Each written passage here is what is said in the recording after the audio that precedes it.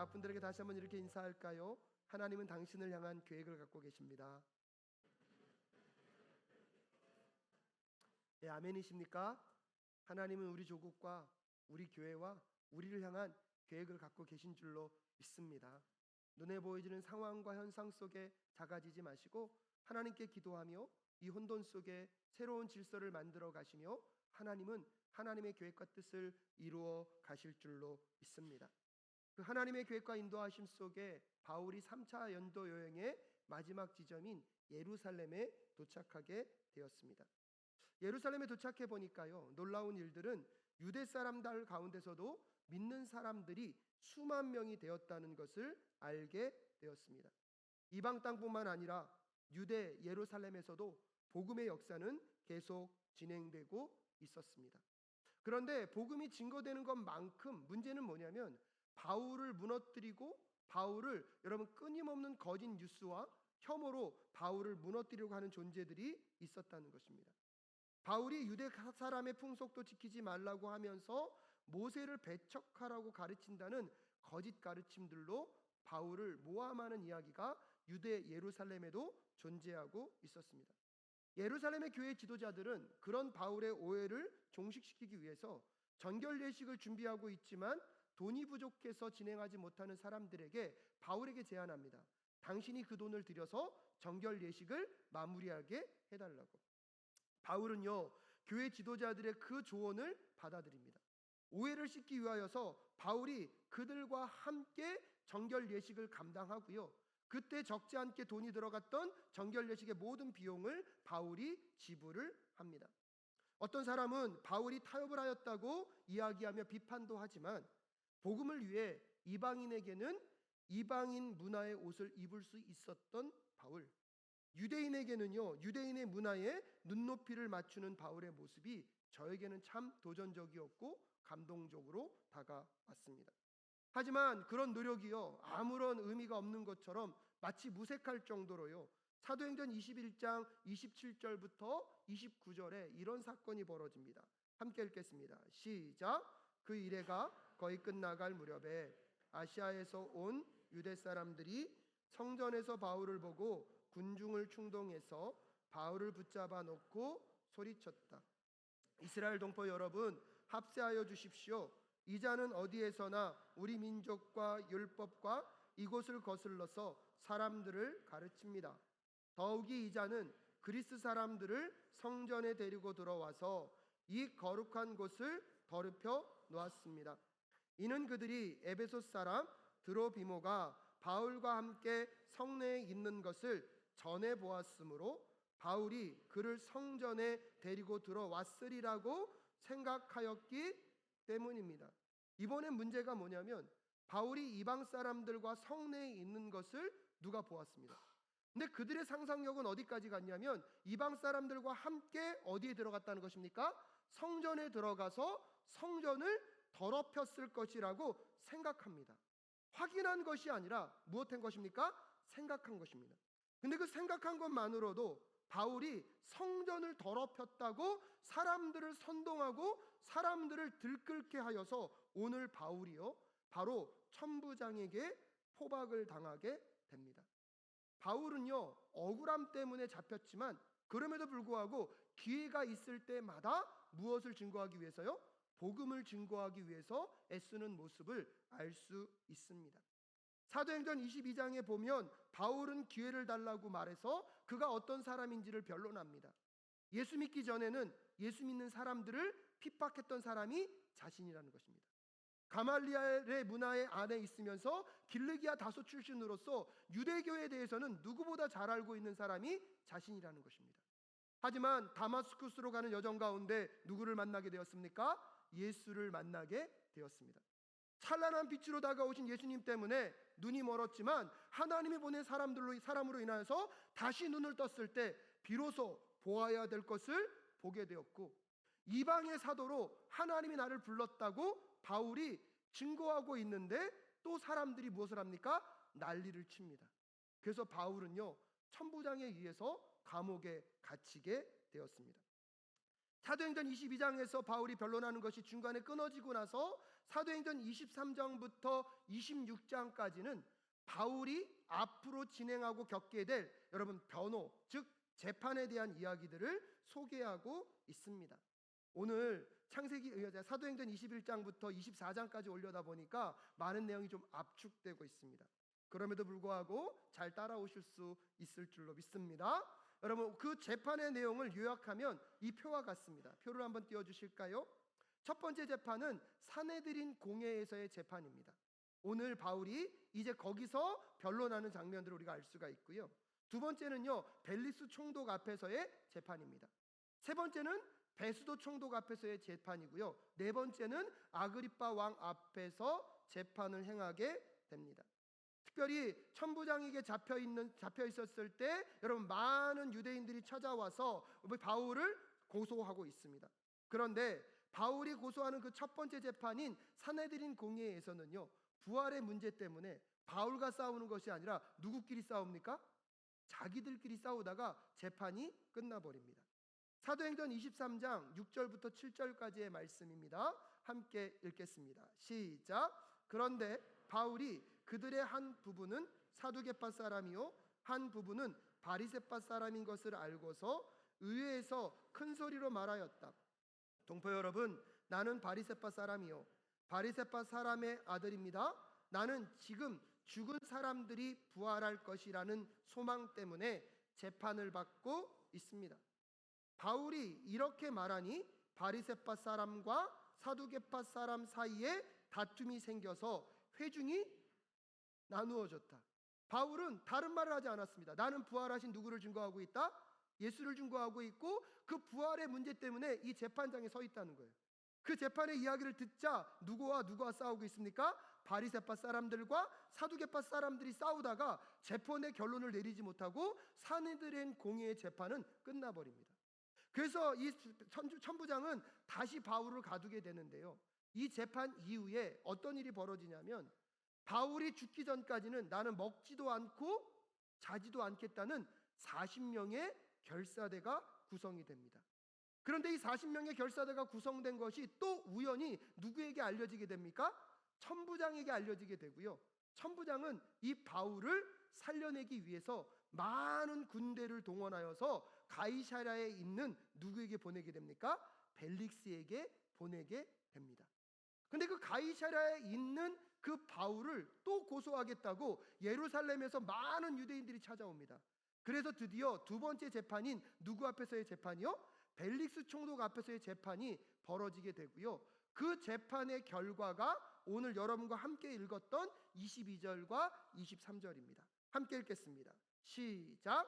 벨릭스는 그 도와 관련된 일을 자세히 알고 있었으므로 천부장 루시아가 내려오거든 당신들의 소송을 처리하겠소 하고 말하고서 신문을 연기하였다.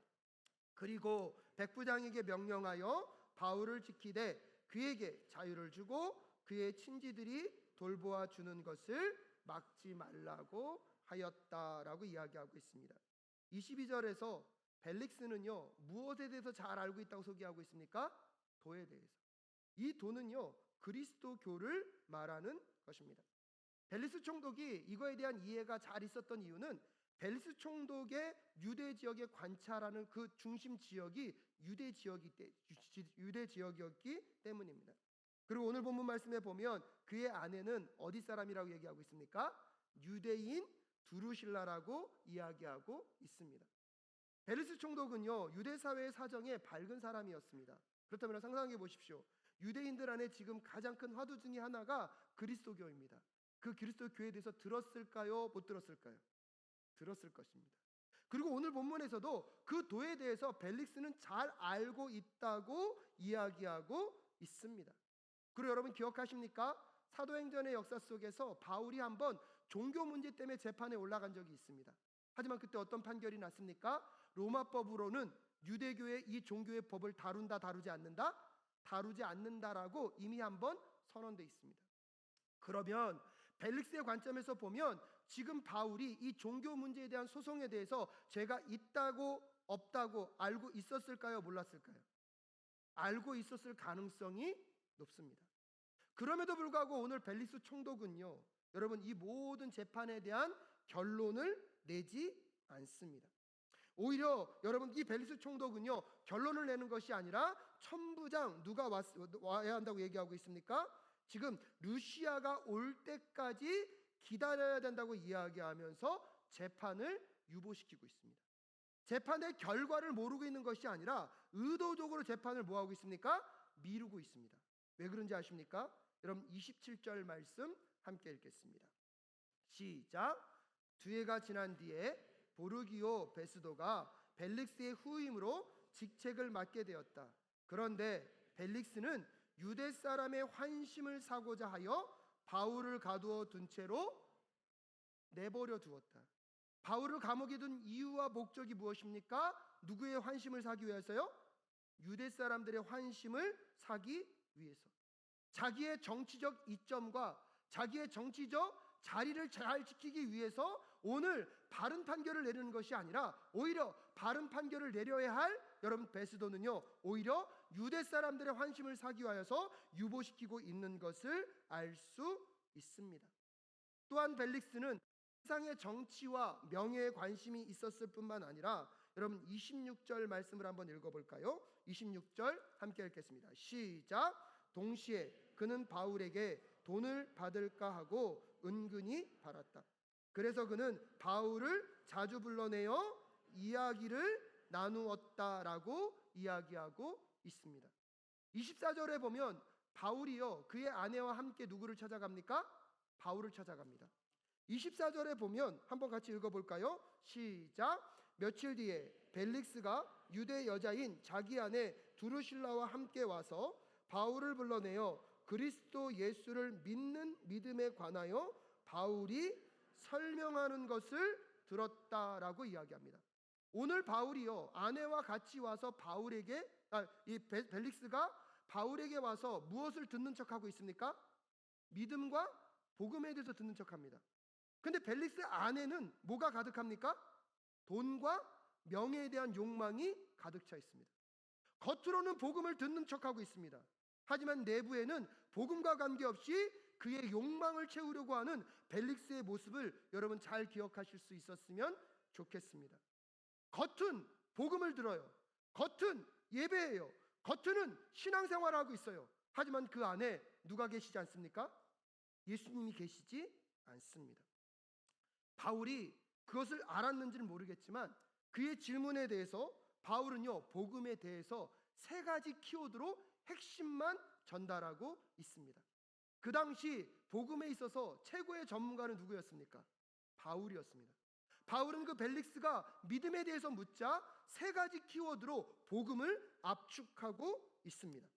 25절에 보면 바울이 정의와 절제와 장차 올 심판에 관해서 말했다라고 이야기하고 있습니다. 그런 점에서 복음은요 이 세 가지 키워드로 정리할 수 있습니다. 근데 바울이요 이 복음을 이 세 가지 키워드로 이야기하면서 복음의 세 가지 시점을 갖고 설명하고 있다는 것을 여러분 좀 기억하실 필요가 있습니다. 첫 번째 무엇을 얘기했습니까? 정의를 이야기했습니다. 이 정의는요 의롭다의 의로움을 표시하고 있는 것입니다. 첫 번째로 복음 안에서 우리는 믿음으로 의롭게 됩니다. 아멘이십니까? 갈라디아서 2장 16절 말씀 함께 읽겠습니다. 시작. 그러나 사람이 율법을 행하는 행위로 의롭게 되는 것이 아니라 예수 그리스도를 믿는 믿음으로 의롭게 되는 것임을 알고 우리도 그리스도 예수를 믿은 것입니다. 그것은 우리가 율법을 행위로는 그리스도를 믿는 믿음으로 의롭다고 하심을 받고자 했던 것입니다.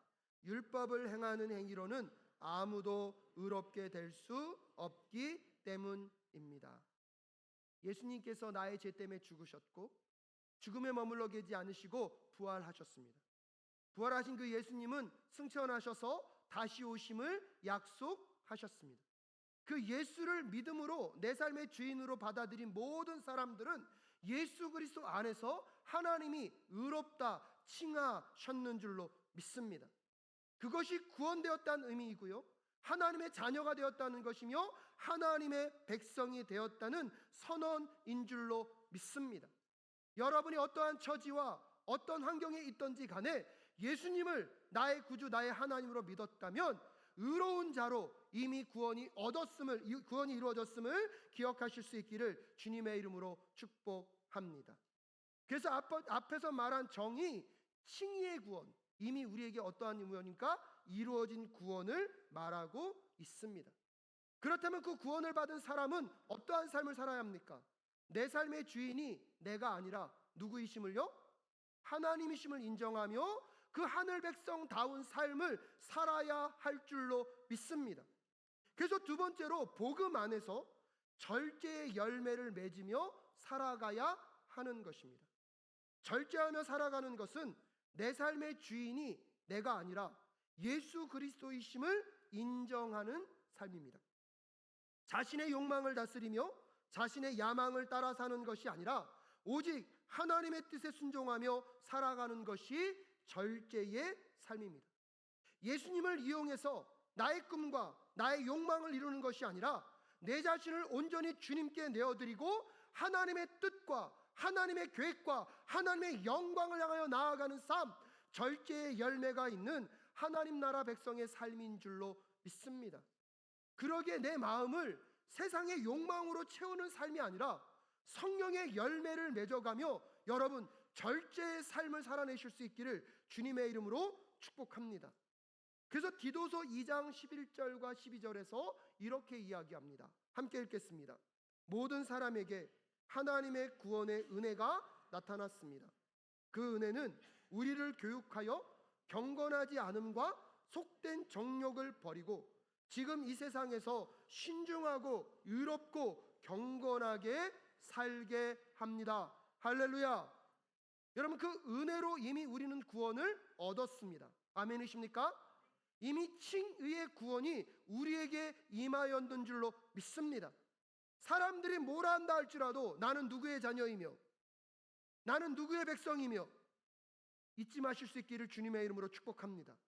근데 거기서 구원이 끝난 것이 아니라 그렇게 구원을 받았기 때문에 이 땅을 살아가며 우리는 어떠한 열매를 맺으면서요?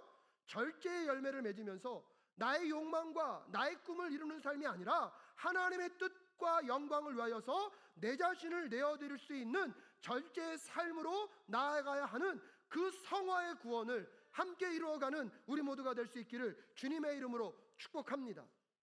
그래서 사도 바울은 오늘 이루어져 가고 있는 구원을요 성화의 구원으로 이야기하며 오늘 그것을 무엇으로 표현하고 있습니까? 절제로 표현하고 있는 것입니다.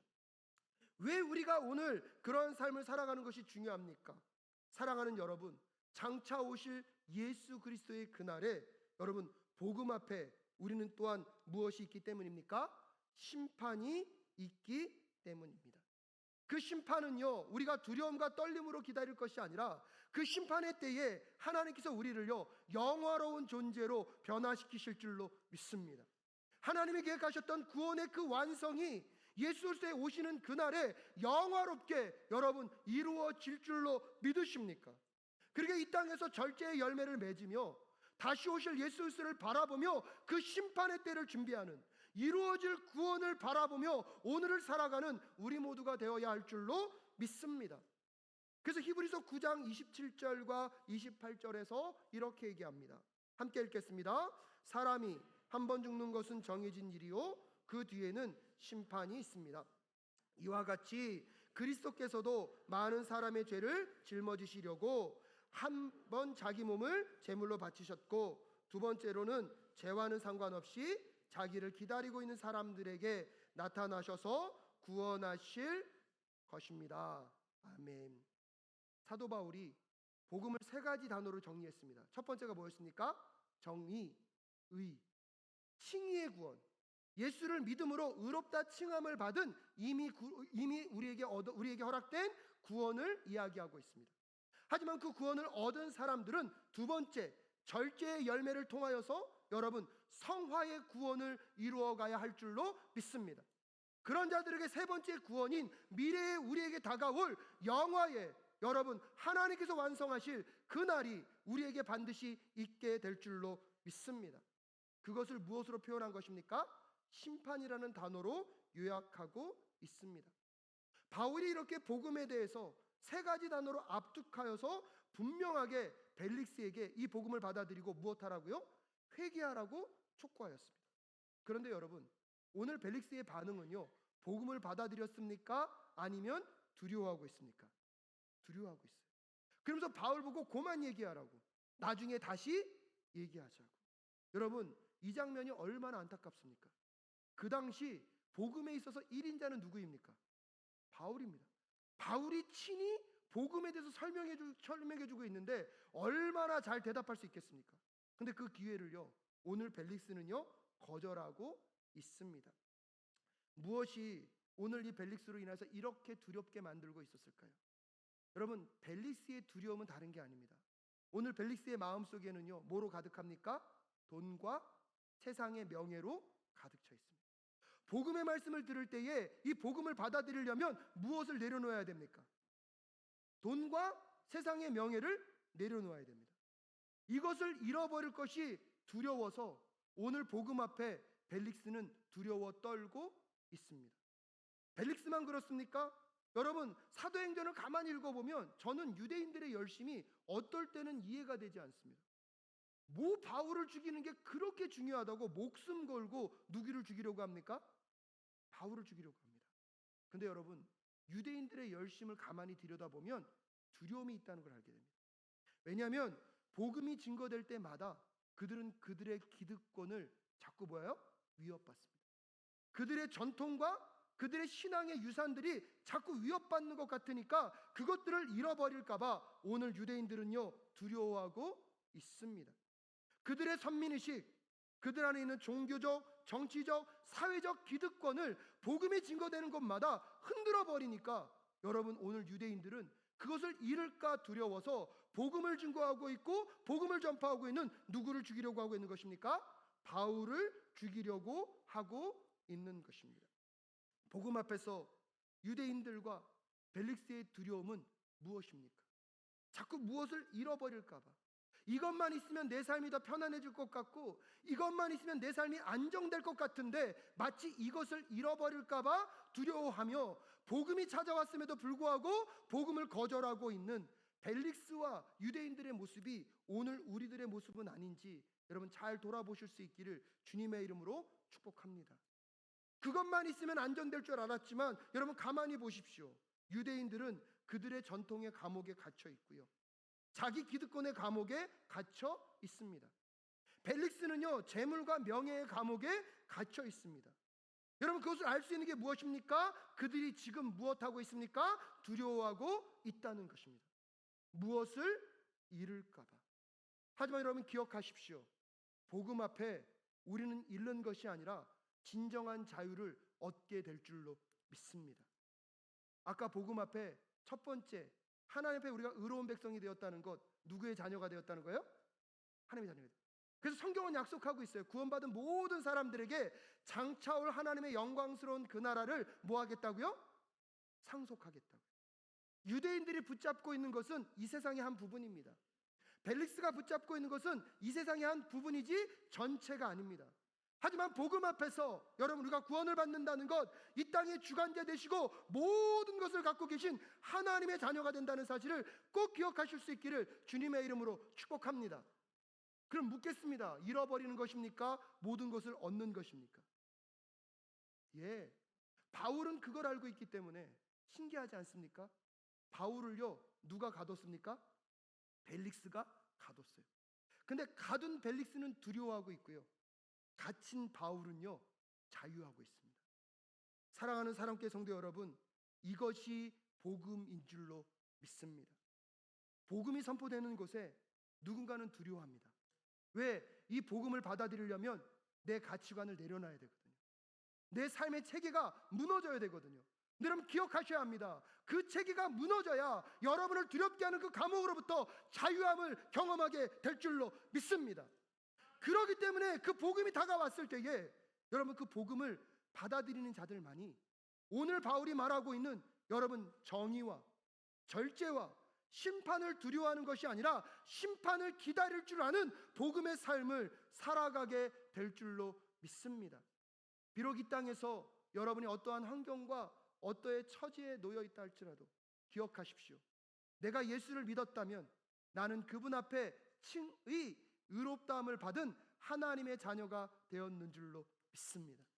세상의 모든 것들을 잃어버린 자들이 아니라 세상의 모든 것들을 가진 자이기에 여러분, 이 땅에서 썩어지고 없어질 것을 붙잡는 인생이 아니라 놓아주며 하나님의 영광과 뜻을 위하여 내 자신을 온전히 내어줄 줄 아는 하늘 백성의 삶을 살아가는 우리 모두가 될 수 있기를 주님의 이름으로 축복합니다. 그 복음의 여정 속에 여러분, 오해도 있고 핍박도 있을 거예요. 내 인생의 문제가 잘 풀리는 것보다 오히려 꼬이고 어려운 상황을 만날 수도 있을 것입니다.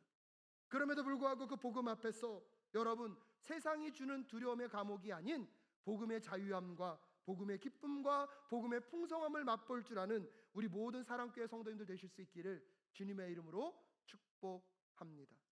그리고 이번 한 주 동안 여러분의 삶에 바울이 말하고 있었던 복음을 향한 세 가지 키워드, 첫 번째 뭐였습니까? 정의, 의에 대한, 예수를 믿음으로 우리를 의롭다 선언하신 칭의의 구원을 누릴 수 있기를 주님의 이름으로 축복합니다. 없는 자고 세상에서 실패했다 할지라도 작아지지 마시고 나는 그 구원으로 인하여서 누구의 백성이 되었음을, 누구의 자녀가 되었음을 묻겠습니다. 가진 자입니까? 못 가진 자입니까? 근데 뭘 더 가지려고 하십니까? 주님을 위하여서 내려놓을 수 있는 은혜가 있을 수 있기를 주님의 이름으로 축복합니다. 두 번째는 무슨 단어였습니까? 절제. 내 중심의 삶, 내 야망을 꿈꾸는 삶이 아니라 누구의 영광, 누구의 계획, 누구의 뜻 온전히 내어드릴 수 있는 우리 모두가 될 수 있기를 주님의 이름으로 축복합니다. 그것 때문에 고난도 만나고 그렇게 살았지만 오해도 받을 수 있습니다. 인생의 문제가 잘 풀리기보다는 꼬일 수도 있습니다. 근데 여러분 기억하셔요. 그 성화의 구원을 살아가는 자들에게 여러분 마지막 이루어질 구원, 무슨 구원이 남아있습니까? 영화의 구원. 심판의 그때에 여러분에게 하나님의 영광과 그 은혜와 풍성함을 반드시 허락하실 줄로 믿습니다. 지금에 갇혀있는 그 모든 것들로부터 자유케 하셔서 여러분을 그 하나님 나라 안에서 풍성과 영광으로 살아가게 하실 여러분 그 영화의 구원을 바라보며 그 심판을 준비하며 나아가는 우리 모두가 될 수 있기를 주님의 이름으로 축복합니다.